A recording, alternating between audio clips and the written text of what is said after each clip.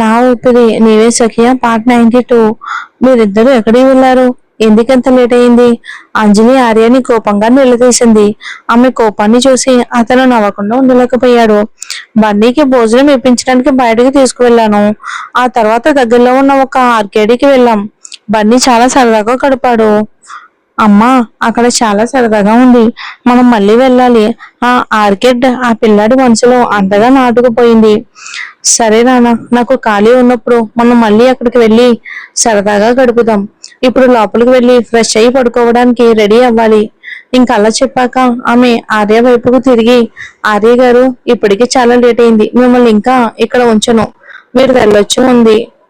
అమ్మా, ఆర్య గారిని లోపలికి రమ్మని కనీసం కాస్త తాగడానికి ఏమైనా ఇవ్వచ్చు కదా. బన్నీకి అంజలి అలా ఆర్యని బయటికి పంపించేయటం చాలా నిర్దయగా అనిపించింది. ఆ మాట వినగానే ఆర్య కూడా ఇప్పుడే వెళ్ళాలని లేకపోవడంతో నేను ఎక్కువసేపు ఉండాలి అని కలిగి చేసుకున్నాడు. దానికి అంజలి అతను బన్నీతో కలిసి సరదాగా గడపాలన్న విషయాన్ని పరిగణనలోకి తీసుకుని, సరే లోపలికి వచ్చి ఏదైనా తాగండి అంటూ తలూపింది. బన్నీ నుదురుపై ఉన్న చెమటను గమనించి అంజలి అతని గదిలోకి వెళ్ళి అతని పైజామాలు తీసుకువచ్చింది. బన్నీ ముందు నేను పడుకోవటానికి సిద్ధం చేస్తాను. ఆర్య గారు, నేను ఇప్పుడే ఇక స్నానం చేయడానికి వెళ్తున్నాను. ఇక వెళ్ళు నాన్న. ఆర్య సోఫాలో కూర్చున్నాడు. అంజలి ఇల్లు పెద్ద భవంతి కాకపోయినా ఎంతో వెచ్చగా హాయిగా ఉంది. ఇక్కడ చాలా సౌకర్యంగా ఉండడంతో అతనికి ఇంకాసేపు ఉండాలి అనిపించింది. అదే సమయంలో అంజలి బన్నీకి స్నానం చేయిస్తూ అతను ఆర్కేడీలో ఎంత సరదాగా గడిపాడో చెప్తూ ఉంటే వింది. అంతేకాక ఆర్య పిల్లాడిపై నిఘా ఉంచడానికి నలుగురు సెక్యూరిటీ గార్డులు కూడా కేటాయించాడు. బన్నీ భద్రత విషయంలో అతను చాలా గొప్పగా పనిచేశాడు. ఆర్య ఈ రోజు తన అనుమతి లేకుండా బన్నీని తీసుకువెళ్ళినప్పటికీ అంజలి ఆశ్చర్యకరంగా ప్రశాంతంగా ఉంది. బన్నీ అతని సంరక్షణలో ఉన్నందుకు ఆమె ఏమాత్రం బాధపడలేదు, ఆందోళన చెందలేదు. అతనిపై ఈ నమ్మకం నాకెప్పటి నుండి కలిగింది? ఈ విషయం అంజలి కూడా గ్రహించలేదు.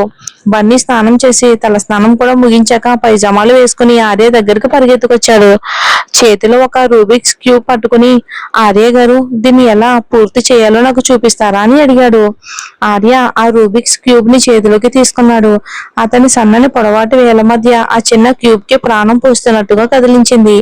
అతని వేలు ఎంతో నైపుణ్యంగా హుందాగా దాన్ని తిప్పుతూ ఉంటే చూస్తూ ఉండగానే ఇక ఆరు వైపులా రంగులు కలిసిపోయాయి. ఇక అంజలి బట్టలు సర్దుతూ అటుగా వెళ్తున్నప్పుడు ఆర్య రూబిక్స్ క్యూబ్ ని పూర్తి చేసిన వేగాన్ని చూసి మనసులో చప్పట్లు కొట్టకుండా ఉండలేకపోయింది. నిజంగా ఈ మనిషి అన్ని విషయాల్లోనూ గొప్పవాడు. బన్నీ అతనితో కలిసి తిరుగుతూ అతని నుండి నేర్చుకుంటే బహుశా వాడు కూడా చాలా తెలివైనవాడు అవుతాడేమో. అకస్మాత్తుగా అంజలికి స్పృహ వచ్చింది. నేనేంటి ఇలాంటి పిచ్చి ఆలోచనలు చేస్తున్నాను? నేను బన్నీని పెంచడానికి ఆర్యకి అప్పగించలేను. సరిగ్గా రాత్రి 9:30కి అంజలి సోఫాలో కూర్చున్న బన్నీ వైపుకు తిరిగి, బన్నీ, టైం చూడు, ఈ పాటికి నువ్వు ఏం చేస్తూ ఉండాలి అని అడిగింది. ఆ పిల్లాడు తల పైకెత్తి గడియారాన్ని చూసి బుగ్గలు ఉబ్బించాడు. అమ్మా, దయచేసి ఇంకో 10 నిమిషాలు ప్లీజ్. లేదు, ఇప్పుడు నువ్వు పడుకునే ముందు కథ చదువుకుని పడుకోవాలి. ఆర్య గారు కూడా ఇంటికి వెళ్ళాలి. ఇప్పటికే ఆలస్యమైంది. అంజలి ముఖ్య ఉద్దేశం బన్నీ బన్నీ ఆర్యని ఇబ్బంది పెట్టడం ఆపితే అతను వెళ్ళిపోతాడు అని అనుకుంది. అయితే బన్నీ బాధగా ఆర్య వైపుకు చూశాడు. ఆర్య అంకుల్, నేను ఇప్పుడు పడుకోవడానికి వెళ్తున్నాను. వెళ్ళు నాన్న. ఆరోగ్యకరమైన జీవన శైలిని అలవర్చుకోవటం చాలా మంచిది.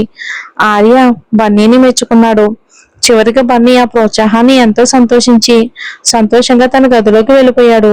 అంజలి అతనితో పాటు వెళ్లి దుప్పటి కప్పి ఏసీని సెట్ చేసి తలుపు వేసి బయటకు వచ్చింది. ఆర్య సోఫాలో కూర్చొని అతని సున్నితమైన కాలర్ బోన్స్ బయటకు కనిపించాయి. అదే సమయంలో బన్నీ చుట్టుపక్కల లేకపోవడంతో ఆర్య ముఖ కవలికలు కూడా మారాయి. ఎందుకంటే ఇప్పుడు అతను చూడాలనుకున్న వ్యక్తిపై ఎలాంటి అదుపు లేకుండా తన చూపులను కేంద్రీకరించగలడు. అతని అంత ఇద్దరమైన కోరికతో కూడిన అధిమమైన చూపు చాలా స్పష్టంగా ఉంది. మనం మాట్లాడుకుందాం. నిజానికి ఆర్య అంతకుముందు కారులో వారు పూర్తి చేయని సంభాషణను కొనసాగించాలి అనుకున్నాడు అంజలితో. జీవితాంతం ఒంటరిగా ఉండిపోతానని అంజలి చేసిన శబ్దం గురించి మాట్లాడాలి అనుకుంటున్నాడు ఆర్య. ఎందుకంటే ఆ ఆలోచనను ఆమె మనసు నుండి తొలగించాలని అతను పట్టుదలతో ఉన్నాడు. అదే సమయంలో అంజలి బన్నీ నిద్రపోయాడని గ్రహించి తను కూడా స్నానం చేసి పడుకోవాలి అనుకుంది. అందుకే ఆమె హాల్ సర్దుతూ తల పైకి ఎత్తకుండానే నాకు ఇప్పుడు మాట్లాడాలని లేదు, మీరు ఇంటికి వెళ్ళండి అంది. ఆ మాట వినగానే ఆర్య కళ్ళు చిన్నవి చేశాడు. ప్లాండియర్ వెలుగు అతని ఆకారంపై పడి అతనిలో నుండి ఒక చల్లని హుందాతనం ముట్టి పడుతున్నట్టు అనిపించింది. అతను ఒక వేడుక నుండి తిరిగి వచ్చిన కలల రాజకుమారులా కనిపించాడు. మనం బన్నీ వాళ్ళ నాన్న గురించి మాట్లాడుకోవచ్చా? అతని గురించి నేను ఇంకాస్త తెలుసుకోవాలి అనుకుంటున్నాను.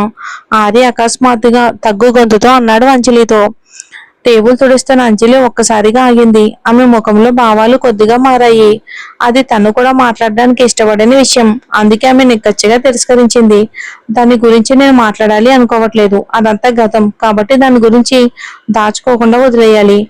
బన్నీకి ఇప్పుడు వయసు వచ్చింది కాబట్టి దానికి అలా అతుక్కుపోవాల్సిన అవసరం లేదు అని ఆర్య ఆమెకు సలహా ఇచ్చాడు.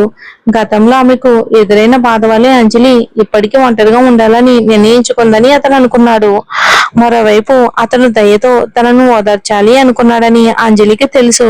కానీ ఆమెకు అసలు అది అవసరం లేదు. ఆమె తల పైకెత్తి స్పష్టమైన కళ్ళతో అతని వైపుకి చూసి, ఆర్య గారు ఇప్పుడు చాలా లేట్ అయింది అని గుర్తుకు చేసింది. అయితే ఆర్య సోఫాలోనే కూర్చున్నాడు. అతను గాఢమైన చూపుతో ఆమెను చూసి చేతులను ఆనించే చోట ఉంచాడు. తర్వాత తన పొడవైన సన్నని చూపుడు మధ్య వేళ్లను సోఫాపై నిర్లక్ష్యంగా తడుతున్నాడు.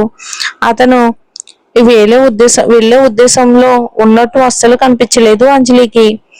ఆర్య, ఇప్పుడు దాదాపు టైం 10 కావస్తుంది. మీరు ఇంకా ఎంతసేపు ఉంటారు? అంజలి అతన్ని వెళ్ళమని కోరక తప్పలేదు. అతనికి ఇంటికి వెళ్ళి నిద్రపోవాల్సిన అవసరం లేదా? ఆ సమయంలో అతను చివరకు లేచి నిలబడ్డాడు.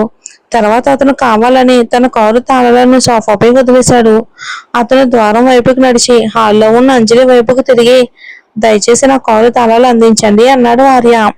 అంజలి సోఫాపై ఉన్న కారు తాళాలను చూసి వెంటనే వాటిని పట్టుకుని ద్వారం దగ్గరకు తీసుకొచ్చింది. కానీ అతను వాటిని ఆమె నుండి తీసుకోలేదు. చివరకు ఆమె ఇంటి నుండి ఒక అడుగు బయటికి వేసి వాటిని అతనికి అందించడానికని చేయి చాపింది. అకస్మాత్తుగా ఆర్య తన చేయి చాచి ఆమెను గుమ్మం బయటికి లాగాడు. వెంటనే ఒక దృఢమైన ఆకారం ఆమెకు దగ్గర అవటంతో ఆమె తన మత్తులో ఉండిపోయింది. ఆ క్షణంలో తన శరీరం బాగా బిగుసుకుపోయినట్టు ఆమె కనిపించింది. ఇక అంజలి తల పైకెత్తి ఆర్య రగిలిపోతున్న కళ్ళల్లోకి చూసింది. అతని కళ్ళల్లోని దూకుడు చాలా క్లియర్ గా ఉంది. వెంటనే అతను ముందుకు వంగి ఆమె పెదవులపై ముద్దు పెట్టాడు. ఆమెను తిరస్కరించే అవకాశం కూడా ఆర్య ఏమాత్రం ఇవ్వకుండా ముందుకు వెళ్ళాడు. ఒక క్షణం అతని సుదీర్ఘమైన దూకుడుతో కూడిన ముద్దుకు అంజలికి ఒక్కసారిగా ఊపిరాడలేదు. కొద్దిగా ఆశ్చర్యపోయింది. మళ్ళీ వెంటనే స్పృహలోకి వచ్చాక అతను పక్కకు తోయడానికని ప్రయత్నించింది. కానీ అప్పటికే ఆర్య తన తలను ఆమె నుదుటి కానించి వెచ్చని శ్వాస ఆమె చెంపకు తగులుతూ ఉండగా కొద్దిగా రుప్పుతూ, వెళ్ళడానికి ఇప్పుడు నాకు తృప్తిగా ఉంది అన్నాడు ఆర్య అంజలితో. ఇంతలో అంజలి కోపంగా తల పైకెత్తి అతని వైపుకు తీక్షణంగా చూసింది. అంటే నన్ను వాడుకోకుండా వెళ్ళడానికి అతనికి తృప్తి లేదా? అసలు అతని మనసులో ఏముంది? ఛ, ఇలాంటి ఆలోచనలు ఎందుకు ఉన్నాయి? వెళ్ళండి. ఆమె అతన్ని గట్టిగా తోసి తన గదిలోకి నడవడానికి వెనక్కి తిరిగింది. ఆ తర్వాత ఆమె తన వెనకే తలుపును గట్టిగా వేసుకుంది. ఆ క్షణంలో ఆమె గుండె వెర్రిగా కొట్టుకుంది. ఆమె పెదవులపై ఇంకా అతని పెట్టిన ముద్దే గుర్తుకొస్తుంది. ఆమె తన భావాలను అర్థం చేసుకోలేకపోయింది. అసలు నాకేమైంది? నాకు అది అసహ్యంగా అనిపించట్లేదు. ఎందుకని?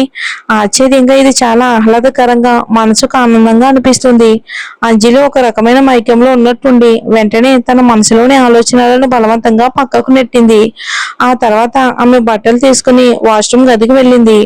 అదే సమయంలో ఇకపై ఆర్యని తన ఇంట్లోకి ఆహ్వానించకూడదని ఆమె గట్టిగా డిసైడ్ అయ్యింది. చివరికి అతడు ఆమెపై చేతులు వేయకుండా ఉండలేని ఒక వ్యక్తి. అతను అంత డబ్బున్నవాడు. అతను కోరుకున్న ఏ ఆడపిల్లైనా పొందడానికి పెద్దగా కష్టపడాల్సిన అవసరం లేదు. మరి నన్ను ఎందుకు ఒంటరిగా వదిలిపెట్టాడు? ఆ రాత్రి అంజలికి మంచం మీద పడుకున్నా నిద్రే పట్టలేదు. ఆర్యతో తలుపు దగ్గర జరిగిన దాని గురించి ఆమె ఆలోచనలు తిరుగుతూ ఉన్నాయి. అదే సమయంలో అతను నిజంగా ఒక కుటీలమైన వ్యక్తి అని ఆమె ఖచ్చితంగా గ్రహించింది. ఆమె చేత తాళాలు బయటికి తెప్పించుకోవడానికి అతను కావాలని తన కారు తాళాలను సోఫా మీద వదిలేశాడు. అలా అతను ఆ పరిస్థితిని తనకు అనుకూలంగా ఖచ్చితంగా మార్చుకున్నాడు. అతను ఎంత చిరాకు! నిస్సందేహంగా అతను రెచ్చగొట్టడంలో చాలా నేర్పరి. గట్టిగా మనసు లేనివాడు. అలాంటి మనిషిని ఎదిరించడం కష్టం. అయితే అంజలి తను ఖచ్చితంగా ఈ ప్రలోభాన్ని ఎదిరించగలనని, అతన్ని రెచ్చగొట్టే చేష్టల వల్ల ప్రభావితం కానని నమ్మింది. ఇంతలో సుధాకర్ గారి ఇంటిలో అనూషకు చివరికి ఏదో ఒక పని దొరికింది. ఆమె తన తండ్రి సంస్థ 25వ వార్షికోత్సవానికి సిద్ధం కావచ్చు. ఆ రోజు ఆమె ఒక అందమైన దుస్తులు వేసుకుని హాజరైన వారిలో అత్యంత ఆకర్షణీయమైన వ్యక్తిగా ఉండి అందరినీ అబ్బురపరచాలని, ఆశ్చర్యపరచాలని అనుకుంది. తనని తాను ప్రదర్శించుకోవడానికి ఇది గొప్ప అవకాశం. దాన్ని ఆమె ఖచ్చితంగా వృధా చేయనివ్వదు. ఆ సమయంలో సుభద్ర తన గదిలో ఉంది. ఆమె ఆ కార్యక్రమానికి తన దుస్తుల కోసం కేటాయించే భత్యం గురించి ప్రకాష్తో చర్చిస్తుంది. అది సుధాకర్తో. ప్రకాష్ పరువు నిలబెట్టడానికి అనూషకు ఒక అద్భుతమైన గౌను కొనివ్వాలని ఆమె అనుకుంది. చివరికి ఆమె అంతులేని బ్రతుకులాటలు, ఫిర్యాదుల తర్వాత ప్రకాష్ ఒప్పుకున్నాడు.